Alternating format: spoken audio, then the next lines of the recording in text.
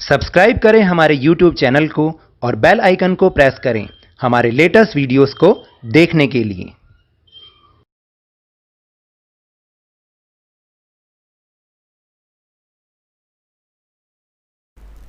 Hello and welcome to Lovneesh sir की class. आज की ये शिक्षा निदेशालय राष्ट्रीय राजधानी क्षेत्र दिल्ली की वर्कशीट नंबर 14 जो कि क्लास 7th के स्टूडेंट्स के लिए है, यह ली गई है गणित विषय से। और इसमें आज हम समझ रहे हैं राशियों की तुलना में ही साधारण ब्याज, यानी पिछली वर्कशीट से हम ये राशियों की तुलना करना सीख रहे हैं, जिसमें हर बार हम एक नई विधि को सीखते हैं। तो इस बार की विधि जो है वो हम सीखेंगे साधारण ब्याज की। आखिर ये साधारण ब्याज क्या होता है, किस पे लगता है, कैसे इसकी गणना की जाती है, इस वर्कशीट में हम उसी के बारे में सीखेंगे। तो चलिए शुरुआत करते हैं मेरे साथ और समझने की कोशिश करते हैं। सोचिए और चर्चा कीजिए। यदि आप अपना पैसा बचाना चाहते हैं तो आप इसे कहाँ जमा करेंगे? बताइए, कहाँ जमा करेंगे? हम तो इसे बैंक में ही जमा करेंगे ना। बिल्कुल सही। फिर आप अपना पैसा बैंक में क्यों जमा करते हैं? क्यों जमा करते हैं? क्योंकि वहाँ पर हमारा पैसा सुरक्षित रहता है, वहाँ से कोई चुरा भी नहीं सकता, इसलिए। फिर है प्रश्न नंबर 3, क्या आपका जमा किया गया पैसा बैंक में बढ़ता है? बिल्कुल बढ़ता है। कैसे? उस पर हमें ब्याज मिलता है। अब ये ब्याज क्या होता है, अगले पार्ट में समझ रहे हैं। जब हमें धनराशि की आवश्यकता होती है तो हम बैंक से उधार लेते हैं। उधार ली गई धनराशि को ऋण कहा जाता है, यानी लोन कहा जाता है। ये तो हम सबको पता है कि जब हम बैंक से उधार लेते हैं तो हम उसे लोन कहते हैं। उधार धनराशि के उपयोग के लिए अतिरिक्त राशि का भुगतान किया जाता है, जिसे हम ब्याज कहते हैं। यानी जितनी हमने धनराशि बैंक से ली, जब हम उसको लौटाते हैं तो उससे कुछ फालतू पैसा देते हैं। वो जो अतिरिक्त धनराशि है, जो अलग से हम और पैसा देते हैं, उसे ही हम ब्याज कहते हैं। ऋण पर ब्याज शुल्क की गणना के लिए साधारण ब्याज एक आसान विधि है। तो देखिए, ऋण पर जो ब्याज लगता है उसकी गणना के लिए साधारण ब्याज एक बहुत ही आसान विधि है। और ये क्या है वो अब हम सीख रहे हैं। साधारण ब्याज में महत्वपूर्ण पद, यानी साधारण ब्याज में कुछ चीज़ें महत्वपूर्ण होती हैं, जैसे P मूलधन, यानी मूलधन जिसे हम P से लिखते हैं। जो पैसा हम जमा करते हैं या उधार लेते हैं उसे मूलधन कहा जाता है। यानी जो भी पैसा या तो हम जमा करें बैंक में या हम बैंक से जो भी उधार ले रहे हैं, वो सारा का सारा पैसा हम उसको मूलधन कहते हैं। इसके बाद दूसरा जो इम्पोर्टेंट इसमें आइटम है वो है ब्याज दर, ब्याज की दर। इसको हम R से लिखते हैं, R से। एक वर्ष के लिए 100 रुपये का ब्याज प्रति वर्ष ब्याज दर के रूप में जाना जाता है। तो अब आपको समझ में आई। और ये हमेशा वर्ष के हिसाब से ही लिया जाता है, यानी इसकी जो दर होती है वो वार्षिक दर होती है। फिर तीसरा उसमें इम्पॉर्टेंट चीज़ होती है समय, जिसे हम T से लिखते हैं। वह समय जिसके लिए मूलधन को रखा या उपयोग किया जाता है समय कहलाता है। यानी वह समय जब हम लोन लेते हैं तो हमने कितने समय के लिए लिया, वो समय कहलाता है, और इसको हम T से दिखाते हैं। तो इस तरह से साधारण ब्याज की गणना मूलधन P द्वारा प्रति वर्ष ब्याज दर R तथा T वर्षों की संख्या में गुणा करके प्राप्त की जाती है। यानी साधारण ब्याज कैसे उसकी गणना की जाती है? देखिए, साधारण ब्याज बराबर मूलधन गुणा समय गुणा दर, यानी इन तीनों को जब हम गुणा कर देते हैं तो हमारा साधारण ब्याज आ जाता है। इसको अब हम फॉर्मूले के रूप में भी देखें तो जो दर है वो तो हमेशा प्रतिशत में ही होगी, तो इसलिए हम उसको R/100 लिखते हैं, और गुणा P यानी मूलधन और गुणा T यानी समय। तो इस तरह से साधारण ब्याज का फार्मूला हुआ आई बराबर R/100 गुना P गुना T। मूलधन में ब्याज को जोड़ा जाए तो हमें मिश्र धन यानी A अमाउंट प्राप्त होता है, यानी मूलधन और साधारण ब्याज को आपस में जोड़ देने से मिश्र धन प्राप्त होता है। तो इसी को ही अब हम एक उदाहरण की मदद से और अच्छे से सीखते हैं। उदाहरण 1, रमन द्वारा 1000 रुपये उधार लेना। रमन 1000 रुपये उधार लेना चाहता है। स्थानीय बैंक ने प्रति वर्ष 10% ब्याज लिया। तो देखिए, रमन एक बैंक से 1000 रुपये उधार लेना चाहता है जिस पर बैंक प्रति वर्ष 10% की ब्याज लेता है। तो अब हम आगे देखते हैं कि साधारण ब्याज कितना निकलेगा और कैसे निकलेगा। तो एक वर्ष के लिए 1000 रुपये उधार लेने के लिए रमन का जो खर्च है वो 100 रुपये खर्च आएगा। इस मामले में मूलधन 1000 रुपये P है, 10% ब्याज दर R है और एक वर्ष का समय T है। तो साधारण ब्याज निकालने के लिए हमें इन तीनों को गुणा करना पड़ता है। तो जब हम गुणा करेंगे तो किस तरीके से करेंगे, देखिए, क्योंकि मैंने आपको बताया था कि जो दर है वो प्रतिशत में निकलेगी, तो वो तो आ जाएगा 10/100 गुना 1000 गुना 1। तो जब हम इसको आपस में गुणा करके देखेंगे तो हमारा उत्तर आएगा 100। और मिश्र धन क्या आएगा, मूलधन में ब्याज को जमा कर देंगे, यानी 1000 जमा 100 बराबर 1100। इस तरीके से साधारण ब्याज की गणना की जाती है। अब हम एक दूसरा उदाहरण भी देखेंगे। तो दूसरा उदाहरण है कि किस दर पर 4 वर्षों में 18,000 रुपये की राशि 27,000 की हो जाएगी।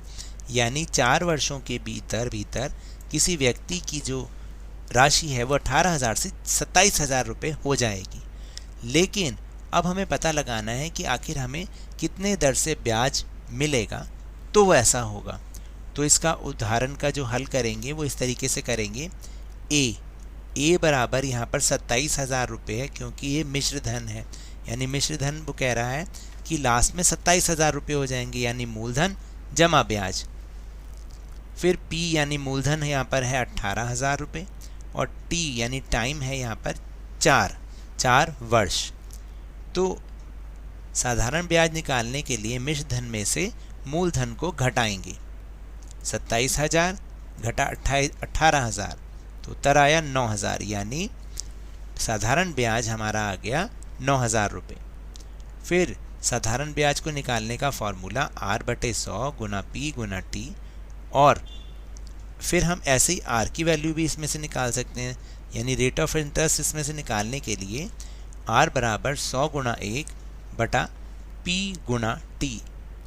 सूत्र का प्रयोग कर मान रखने पर हमें क्या मिलता है कि जो 100 गुना, यह 1 नहीं है, सॉरी, ये I है, 100 गुना I, यानी 100 गुना जो इंटरेस्ट है वो है I 9,000 बटे मूलधन है 18,000 और टाइम है 4। तो इस तरीके से हमारे पास ये बचेगा 100 बटे 2 गुना 4, यानी फिर हो जाएगा 25/2, क्योंकि ये 5 से कट जाएगा, सॉरी 4 से कट जाएगा, ये 4 एकम 4 और 25 चौका 100। तो उत्तर आया 25/2, और फिर उसको हमने भाग करके देखा तो 12.5% हमारा उत्तर आ गया, यानी 12.5% की दर से 4 वर्षों में 18,000 रुपये की राशि 27,000 की हो जाएगी। यहाँ पर ध्यान देने वाली बात यह है कि यदि समय T, जिसको हम T से दिखाते हैं, महीनों में दिया जाता है तो इसे 12 से विभाजित कर वर्ष में परिवर्तन हमें करना पड़ेगा, और यदि समय T दिनों में दिया जाता है तो इसे 365 से भाग करके फिर इसे वर्ष में बदलना पड़ेगा, क्योंकि फार्मूला में हमेशा हम टाइम को वर्ष में ही लेते हैं। तो चलिए अब हम चलते हैं अपने सवालों की ओर। तो आप भी जल्दी से कॉपी निकाल लीजिए। तो पहला प्रश्न है, आओ अभ्यास करें, और इसमें तो पहला प्रश्न है कि 3500 रुपये यानी 3,500 रुपये 7% वार्षिक दर से उधार लिए जाते हैं। 2 वर्षों के बाद कितना साधारण ब्याज हमें देना पड़ेगा? तो इसमें क्या क्या दे रखा है? P मूलधन बराबर 3,500 रुपये, दर भी दे रखी है 7% और समय भी दे रखा है 2 वर्ष। तो अब हमें साधारण ब्याज की गणना करनी है। तो देखिए इसकी गणना इस तरीके से करेंगे। फॉर्मूला लगाएंगे, साधारण ब्याज बराबर P गुना R गुना T बटे 100। तो 3500 गुना 7 गुना 2 बटे 100। फिर हम इसको गुना करेंगे तो हमारा उत्तर ये आएगा और इसमें से हम 10 से 10 से 10 काटेंगे तो बचेगा 490, यानी साधारण ब्याज कितना आएगा? 490 रुपये। फिर दूसरा प्रश्न है कि ऋतु एक बचत खाते में 7,000 रुपये जमा करती है। बैंक 6% की वार्षिक दर से ब्याज देता है। 5 साल के बाद ऋतु को क्या राशि मिलेगी? तो इसमें मूलधन कितना हुआ? 7,000 रुपये, दर कितनी हुई? 6%, समय हुआ 5 वर्ष। तो मिश्र धन निकालने के लिए हमें क्या फार्मूला लगाना पड़ता है? प्रिंसिपल यानी मूलधन जमा साधारण ब्याज। तो और साधारण ब्याज का फार्मूला हमें तो पता ही है, P गुना R गुना T बटे 100। तो हम इसमें वैल्यू रख के देखेंगे तो हमारा उत्तर आएगा 7,000 गुना 6 गुना 5 बटे 100।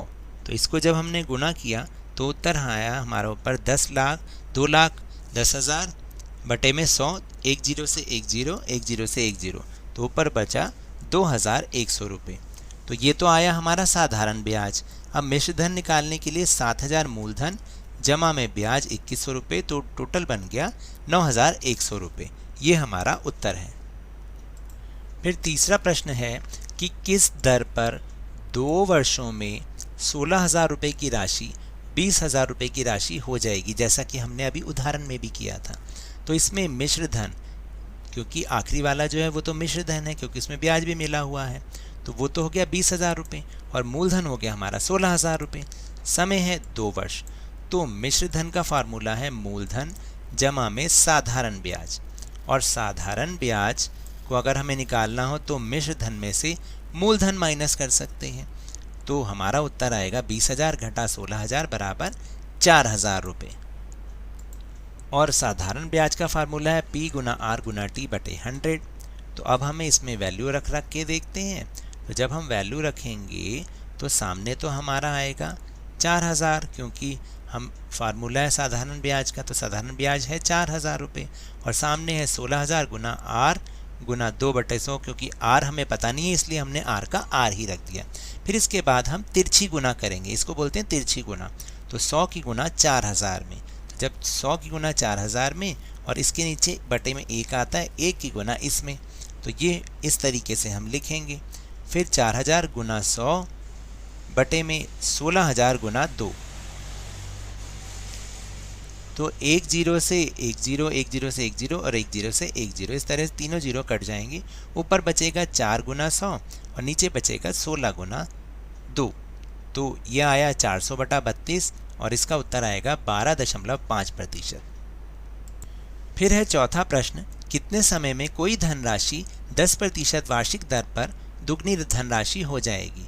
तो इसमें हमें मान के करना पड़ेगा, जैसे क्योंकि हमें कुछ दे तो रखा ही नहीं है। जैसे माना मूलधन P बराबर x, तो मिश्रधन हो जाएगा 2x, क्योंकि हमने प्रश्न में से ये लिखा है कि कोई धनराशि दुगनी हो जाएगी। तो मूलधन अगर x है तो मिश्रधन फिर 2x होगा, और साधारण ब्याज निकालने के लिए मिश्रधन में से मूलधन घटाते हैं, तो 2x घटा में x और बचा हमारे पास x। तो फिर सिंपल इंटरेस्ट यानी साधारण ब्याज निकालने का फार्मूला है P गुना R गुना T बटे 100। तो साधारण ब्याज तो हमारा x आया, और बाकी P की जगह भी x रखेंगे क्योंकि हमें पता नहीं है, R की जगह 10 रखेंगे और गुना में T क्योंकि टाइम नहीं पता, बटे में 100। फिर हम इसकी तिरछी गुना करेंगे, तो x और 100 की गुना करेंगे 100x, और यहाँ पर रह जाएगा 10 गुना x 10x गुना t। तो x की वैल्यू फिर हम t की वैल्यू निकालेंगे, और t की वैल्यू निकालने के लिए आप देखिएगा हमारे पास क्या बचेगा, यहाँ पर भी ये x आएगा, तो हमारे पास आएगा 10। तो 10 साल में वो जो धनराशि है वो दुगनी हो जाएगी। फिर है 5वां प्रश्न, रोहित ने बचत खाते में कुछ पैसा जमा कराया, उसे 5 साल बाद साधारण ब्याज के रूप में 12,000 रुपये मिले। यदि ब्याज की गणना 6% प्रति वर्ष की दर से की जाती है तो वह कितनी राशि थी जो उसने जमा की थी। तो फिर दोबारा से इसमें हम देखेंगे मूलधन P जो कि हमें पता ही नहीं है, इसलिए हमने उसको X मान लिया है। फिर साधारण ब्याज जो है वो मिला 12,000 रुपये, क्योंकि इसमें लिखा है कि 5 साल के बाद ब्याज के रूप में 12,000 रुपये मिले। फिर समय है 5 वर्ष और ब्याज की दर है 6%। फिर हम इसमें साधारण ब्याज का फार्मूला लगाएंगे जो कि है P गुना R गुना T बटे 100। तो फिर हम इसमें वैल्यूज़ लगाएंगे, तो P की जगह X, R की जगह 6 और T की जगह 5 बटे में 100, और सामने साधारण ब्याज जो हमें मिला 12,000 रुपये वो सामने रखा जाएगा। फिर हम तिरछी गुना करेंगे तो 12,000 गुना 100 हो जाएगा और इधर हो जाएगा, क्योंकि 1 से गुना करने पर x गुना 6 गुना 5।